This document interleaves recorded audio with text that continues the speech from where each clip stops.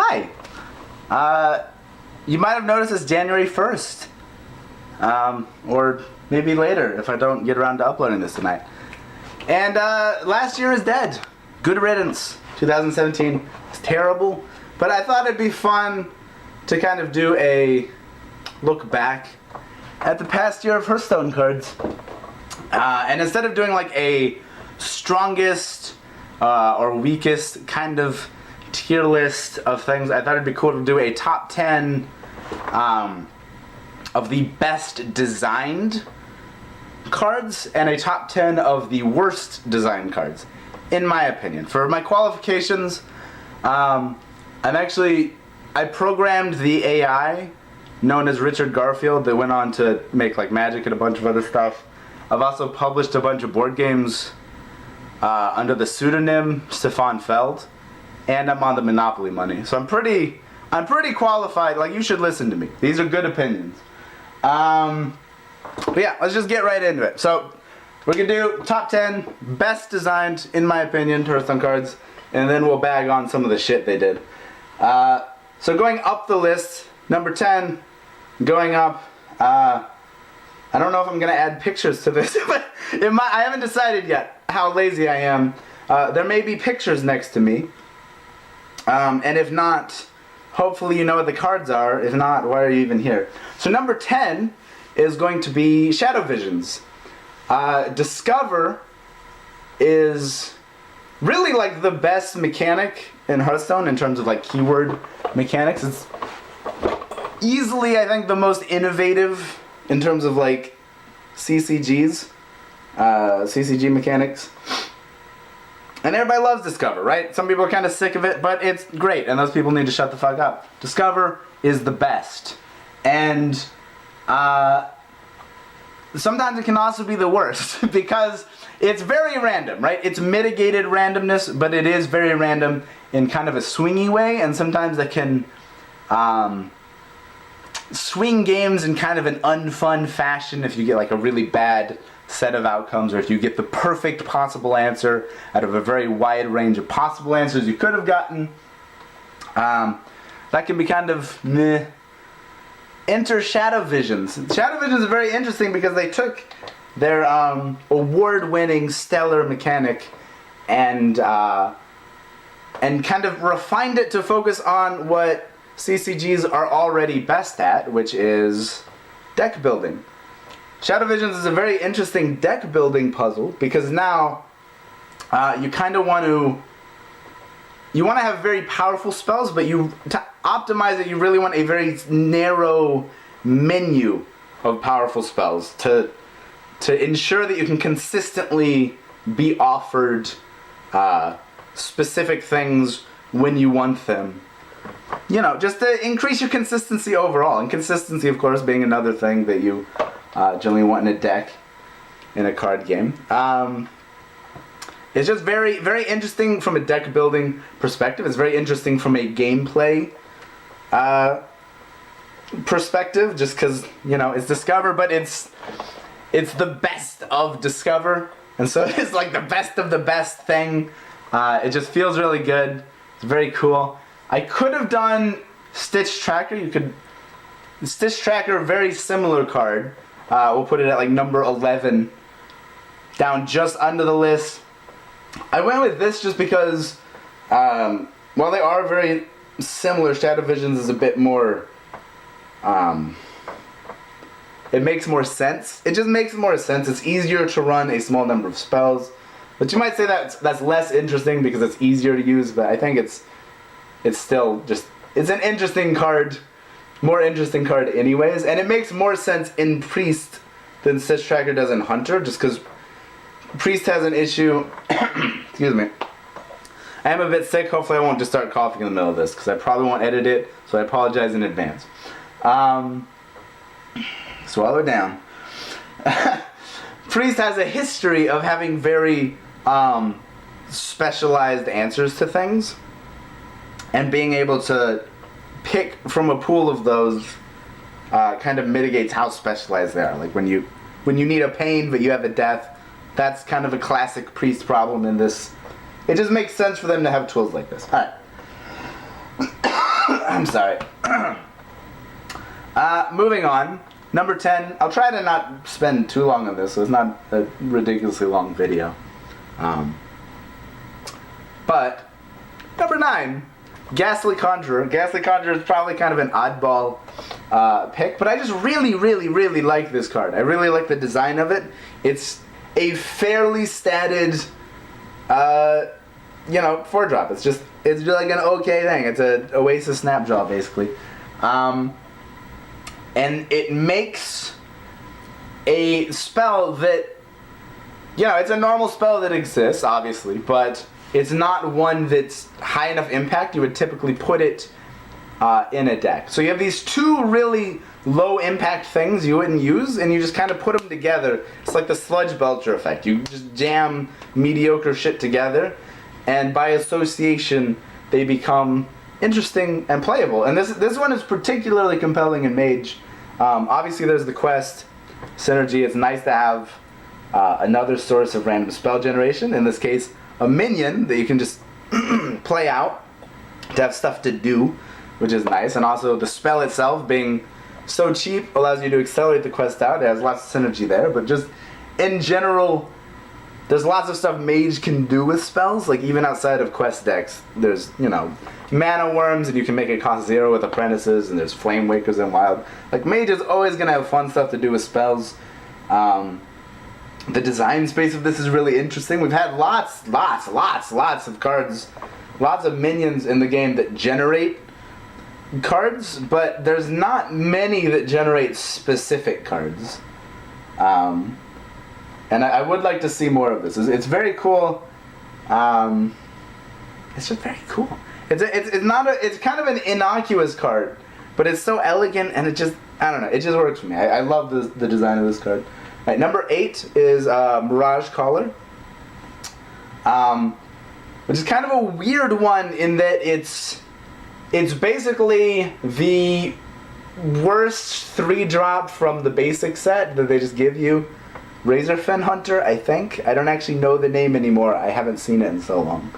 But the 2/3 that summons a 1/1 beast. Nobody uses it. It's a terrible card. And they've basically taken the template of that and turned it into something that is interesting anyways. By choosing a thing, so you get the 1/1 that instead of it being always a beast, it is always a thing that has an ability you have chosen yourself, which makes it, this is going to be a recurring theme, but it really interesting deck building possibilities. I think that's something that's very important in a CCG like this. You want to have lots of puzzles for players to piece together before getting to the part where they actually play the game, and this one offers a lot. Like, do you play it with Death Rattle minions? Do you play it with just high value static abilities? It can be used in OTKs with like Velen. There's a lot you can do with this. It can just be like an okay thing in a curve. It can be a way to accelerate your quest, and it can be your win condition. Very versatile for something that is essentially a variant of one of the worst cards that you get when you sign up to just start a new account in the game. And the best part of all of that is that it's not actually strictly better than Razorfen Hunter or whatever the fuck. On an empty board, you would rather have a boar than not have a boar, usually. Right? So they've managed to make a card that is way, way better than something that people don't play, yet isn't actually strictly better in every sense than that card, which is another really important thing for CCGs. You don't want to invalidate cards that have come before. They have done that a few times now. Rest in peace, Bloodfin Raptor and River Crocolisk. I hope I get their names right. You will be dearly-ish missed. But in general, you don't want to do too much of that. And it's cool how they find little ways to recycle the old, like, standard minion templates, make them better and playable and interesting, and yet not strictly better. Alright, number 7, Dead Man's Hand. Dead Man's Hand is so fucking cool. Oh my god.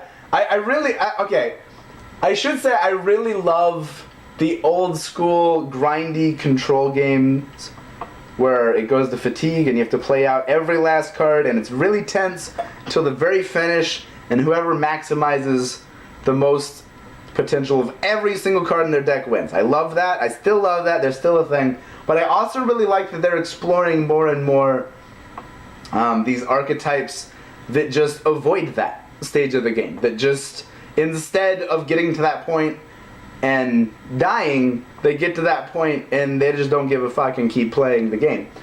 Dead Man's Hand is easily the coolest in this vein for me. Well, first of all, I should talk. It's cool how it doesn't actually force you to be that. It could just be adding cards to the deck, right? It could just be play this, shuffle some good stuff in. Good. A lot of people have played Control Warrior lists with this as a one-of, just to add some redundancy, get extra copies of some key stuff, and just have a few more cards in the deck that you can beat other control decks in Fatigue.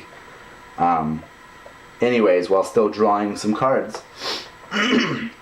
But we know what it really is. It's really to keep copying itself and go infinite. And this is cool because it goes infinite and then doesn't do anything with that. It just does it. And then what you actually do with the infinite cards is up to you as the person putting the deck together. What are your other 28 cards? Unlike like Jade Idol, which is also kind of a cool design. People will hate that, but I think Jade Idol is kind of cool still. Excuse me, I'm sorry. It's very single-minded. It's always going to just make a bigger Jade, right? It just blah blah big stuff, and eventually it ends the game. But this doesn't actually tell you how to close out the game. You can do it as just all armor gain and removal, and just wait for your opponent to die of old age. You can do it with like Arcane Giants for like a warrior variant of the Jade style gameplay. You can do it with Infinite N'Zoths, Infinite Cthuns. You can do a middle ground where it's like a control shell with some minions and you just grind them out, but you help them die a little bit. There's a lot of ways to figure out how you want to utilize having infinite cards to actually win the game. All this does is just give you the infinite cards. And that's a very intriguing open-ended design. It's very, very simple, very clean, it's beautiful. It's number 7. Alright, number 6, Skelemancer. They've done a lot of 5-mana 8/8s, and I really like, on the whole, I just noticed the sun. I should have done this earlier. I hope you can see me. I just noticed the sun is like gone away during this. Fuck it, you don't need to see me. I'm saying words. I really like the 5-mana 8/8s. I think basically all of them are well designed in some ways. The downsides are usually really, really intriguing. And they're all really cool cards that have generally been playable in some form or another. In this case, the downside is the most interesting thing about it. It's that it's not an 8/8. It's a 2/2 with a death rattle, but not even just a death rattle, a very situational, kind of one-sided death rattle where you can't finish it yourself. You have to kind of trick your opponent into doing it. A very cool mechanic that unfortunately they didn't really make many cool cards for. In a much longer version of this list, I think Mountain Fire Armor would have made the cut because that one's also very cool, but it's not top 10 cool. Skelemancer is top 10 cool. Skelemancer is number 6 cool.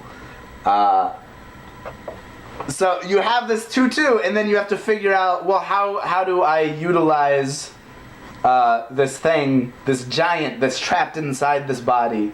How do I work with that? And there's, again, a lot of ways to answer that question. You can just play a Sun Fury Protector and give it taunt, and then and then force your opponent to attack into it. You can play buffs on it, like in Paladin.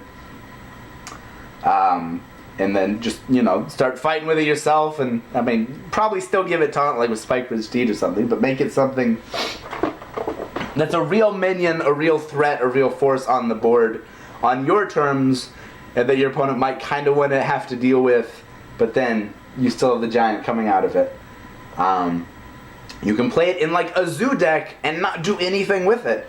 Just playing it and having it exist as an insurance policy against board clears is actually a very compelling and very effective way to play the card. You don't actually have to do anything with it in some decks for it to work.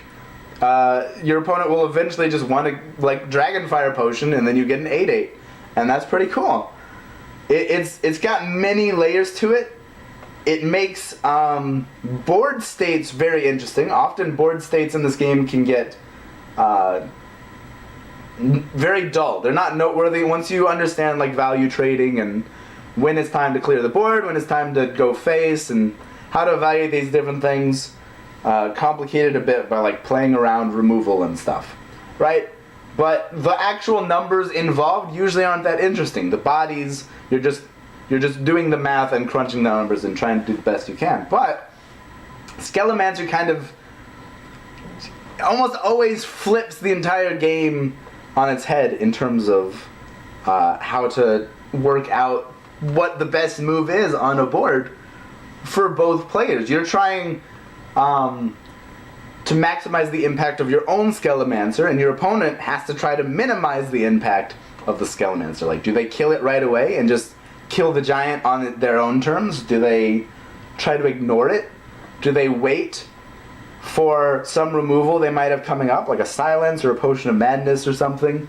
There's just a lot of layers to the card. It's just a fucking sick design, and I really love things like this that are kind of deceptively like low power looking cards that warp the game in such a way that they're actually high powered, if that makes sense.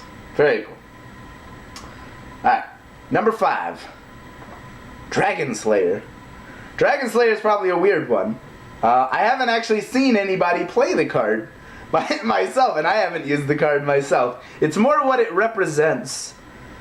This is something that I wanted them to do back in the day when they nerfed Big Game Hunter. This is actually the exact effect I wanted it to have. I'm really sorry. I might have to edit out some of these coughs. So traditionally, hate cards in the game, like targeted hate cards, like the crabs, old school Himmet that would kill beasts, Big Game Hunter, things like that. They just beat the thing, right? If your opponent has the thing, you play your thing, it beats their thing, you feel good, they feel bad. It's a very binary kind of interaction. By making it a damage value, in this case, fireballing a dragon, instead of just killing it, it means that there's variations in the outcomes even when you have a target. Like fireballing a fairy dragon is going to be very different from fireballing Ysera, right? And so it makes it so it doesn't feel as bad for your opponent, right? If they play a big whatever and you just hard removal it with the perfect thing, that feels terrible. Like Galaka Crawler is always going to be the same whether it hits Patches or Captain Greenskin. But this, having that variety, it minimizes just how fucked your opponent is just from you having the right answer, right? It takes card quality and like mana cost to some extent into account to minimize the damage. And it's also, I think, more interesting from the side of the person using it, because instead of just being like, aha, I win, you're like, aha, I have an advantage, how do I utilize it, right? If you played an Alex and I Dragon Slayer it, how do I find the 2 damage? Do I trade something else in? Do I use another removal thing? What am I doing? Do I just do the damage and then ignore it and just have it be weakened and thus less effective? It just feels better and it's more interesting for both players. And I'd really like, for one, more hate cards in this style in the future, where it's not just wiping out the shit, but it's damaging it and taking valuation into consideration. But I would also really like them to consider going back and kind of tweaking some of the ones they've already done. Like Big Game Hunter, I really think Big Game Hunter would have been perfect as a 3-mana 4/2 that fireballs a big minion. Then, like, really, it was hitting Ragnaros or Dr. Boom at the time, and that was the problem. There's Ragnaros and Dr. Boom.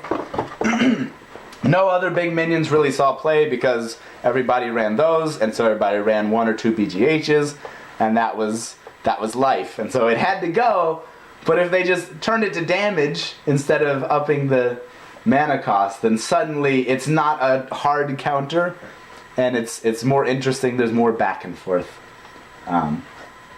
So I'm sure it would never happen, but they should consider kind of revisiting some cards like that to maybe bring them up to the current standards of design quality that we have in Dragon Slayer. Very cool card. Number 4, Charged Devilsaur. This is a really cool card. It's an 8-drop. Excuse me. It's a big 8-drop beast that does something when you play it, which is important in big minions, and a lot of like neutral big minions don't, which is why you never see them on ladder. But it's a 7/7 that it does something immediately. It's gonna kill a thing, right? But it's not just gonna close out the game. It can't go face. So it's not a big burst finisher. It's a big kind of tempo play. It's a big value swing. It's a big impactful thing that's not that great, honestly, which is why you don't really see Charged Devilsaur being played just as a Charged Devilsaur. But it's not like so offensively bad that like the idea of having to have one in your deck would be the worst thing ever, right? Like I've tried it before. It didn't go too well, but it wasn't the worst thing about the decks I tried it in. But what's really interesting about this, in particular because it's a neutral card, and because it's a battle cry, is that if you can find ways to cheat it into play, suddenly you just have a 7/7 charger that can go face. And this has led to whole new archetypes being formed. Like we have priests that just resurrect Charged Devilsaurs and throw them at your face. We have warriors that recruit Charged Devilsaurs from their deck and then like injure them and multiply them and throw them at your face. So it's giving different classes opportunities to use their tools that they either have now or that they might have in the future to figure out how to cheat out this big minion to kind of organically create new off-meta archetypes is very cool. It's a very... Fuck. Yeah, I'm sorry. It's a very compelling design in that way, that they just have this big, relatively fair neutral minion that is also kind of a synergy piece in unfair meme decks. Kind of in that like the meme sort of, oh, look at this weird interaction I did and now you're dead kind of deck. Excuse me. Number 3, Deathstalker Rexar. So, Hunter kills people. Hunter is a class, by its very core, fundamental nature, is designed to kill people. They have a button that says kill the guy, and they just tap the button as many times as they can, and the guy dies. And that's all Hunter has ever been. Honestly, I think Hunter is the worst designed class just because the hero power is so bad for design space. Like, how do you ever make Hunter not an aggro deck? They've tried to make Hunter do other stuff. They've been trying it forever. And it just never works because there's no reason to not be aggro because their button kills the guy. That's just what the button does, and you want to hit the button, and the best way to hit the button is to hit it with small stuff that are also killing the guy. And that's your identity, and you can't change it. So what do? How do you fix Hunter? How do you give them a reason to do anything else with their lives? You just change the button. You just change the button into something even crazier. Instead of just killing the guy, you create ridiculous numbers of infinite monstrosities that kill the guy for you. It's just, oh my god. There is no card in the entire game, I think. Somebody might come up with something else, but I'm pretty sure there's no other card in the game right now that provides as much just infinite value from one card. From one card. Maybe something like Jade Idol, you can argue, because the first one generates more, and so it's snowballing. Maybe they're like tied there, but this is like, it's just one card. It's truly just one card. Infinite value. It's so powerful. And all the cards it makes are totally busted. Like, just jam any two legal combinations of beasts together, and it's almost always an overpowered minion. Almost always. God. I am really sorry.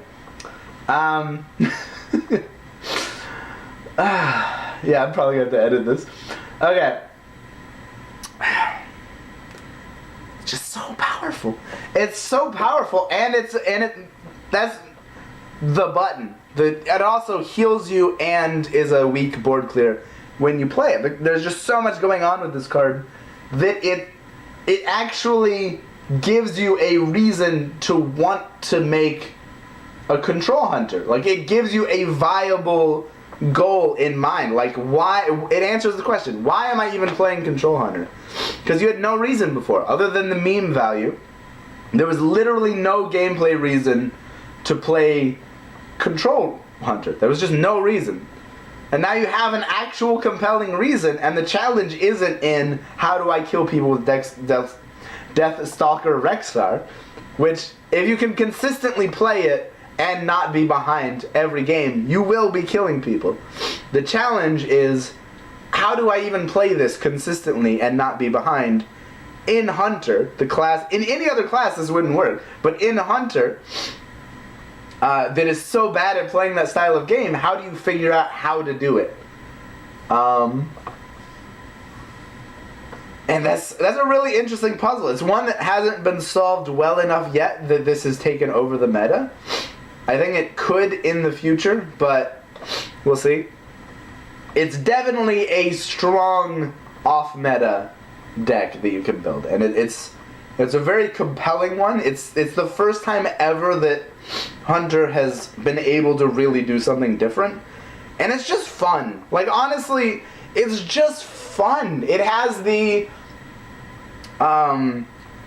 like the sense of discovery, the like opening and seeing what's in the box of like opening an Elise pack or playing a Discover effect or just any random card generation. It has that. Plus you get to staple beasts together and make lots of really broken cool cards and just play them every single turn. It is just so much fun. It's so powerful, and it's so game changing for a class that has been so stagnant. Honestly, this probably should have been number 2. Now that I think about it, this probably should have been like number 2. But instead, for number 2, we have Defile. I don't think I really need to defend this choice too much. We've all seen Defile. Defile is, like, in terms of power level, it's amazing. But in terms of gameplay, it's amazing. There's kind of this, there's an attitude about control decks in card games.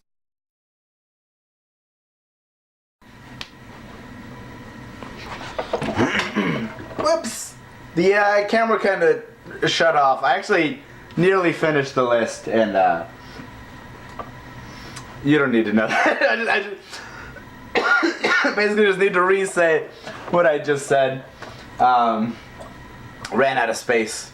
Anyways, what was I saying? There's an attitude, right? I believe that was the last thing I said. Cut back to that. In card games, that control decks are like the smart decks, and aggro decks are the dumb decks, right? And it's just not true. There's nothing more intelligent about playing a board clear, right? There's nothing more intelligent about playing a taunt and healing yourself. There's nothing more smart about that than just playing cheap minions and killing your opponent with them, right? They're both really simple concepts and really easy to execute. But Defile is a control card that actually does require you to be a bit smart about how you use it. Like, sure, you're going to occasionally walk into boards where it's just set up for you. Just play the Defile, all the numbers are great, and everything's dead. But there's also many times where you have to prepare it first, whether by making the right trades on the board to set everything up right, or playing a spell before, or like some spell damage or something to modify the values. I stopped coughing for the entire time that I was not recording, and then it immediately starts back. Yeah. And sometimes it's not obvious how you can set up the Defile. Also, I noticed the camera was like way too close to me. So hopefully I'm a bit further back now. I'm sorry for any creepiness. I didn't check it beforehand. I didn't mean to put you in my nose. Right. So it's not always obvious how to spot the Defile. The card hasn't been out that long. Frozen Throne wasn't that long ago, and yet there's already hours upon hours of clips of high-level players pulling off these really intricate board clears with this card that many people wouldn't have spotted. Many players wouldn't see it. I haven't seen many of them before the people did it. And I'm a super genius, obviously.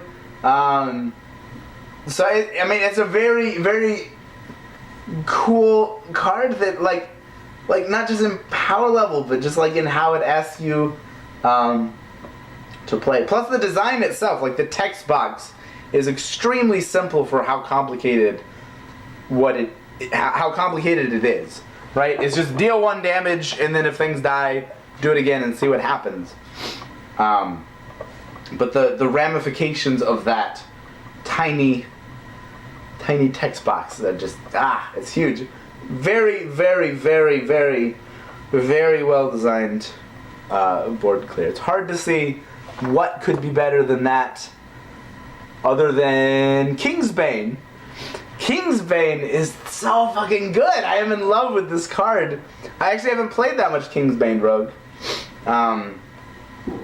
myself, and I believe people are already really sick of it.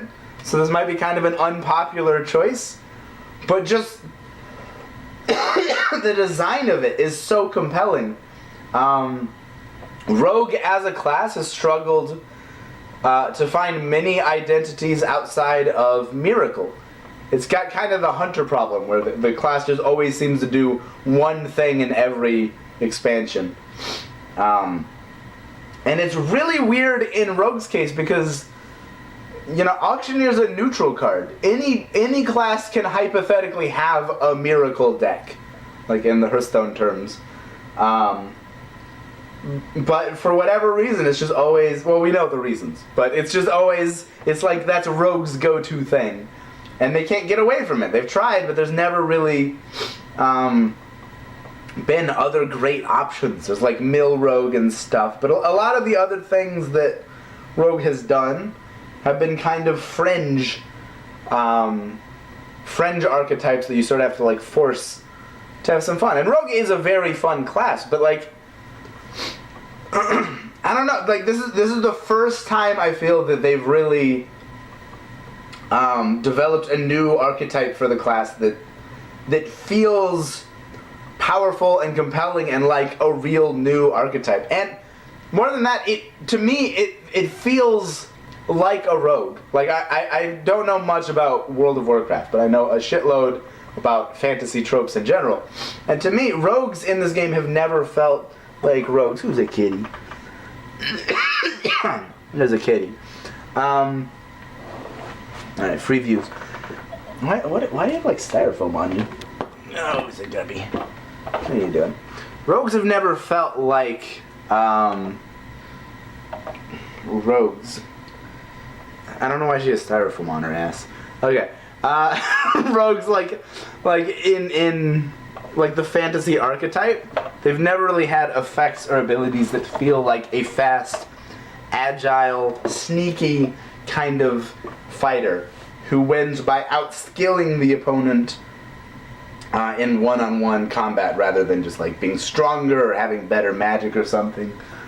They're just trickier, right? And they just know how to swing at you just right and dodge around you, and you know, and rogues have never felt like that at Hearthstone. The Burgle archetype was cool for like the non-combat thief aspect of it, but they've never fought like rogues to me.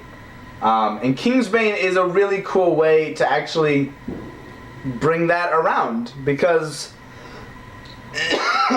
now you have these turns where you can like swing with your weapon and then doomerang something else, or like blade flurry and eviscerate a thing, and you know, you can do lots of different stuff that's all implied to be coming from the rogue. You, the hero, not your minions, are, you know, darting around and doing all this, right? And it's I don't know, it just feels really cool. It looks really cool. It's something we haven't seen before in the game, and it's a new identity that feels very rogue-ish. I'm a huge fan of where they went with this.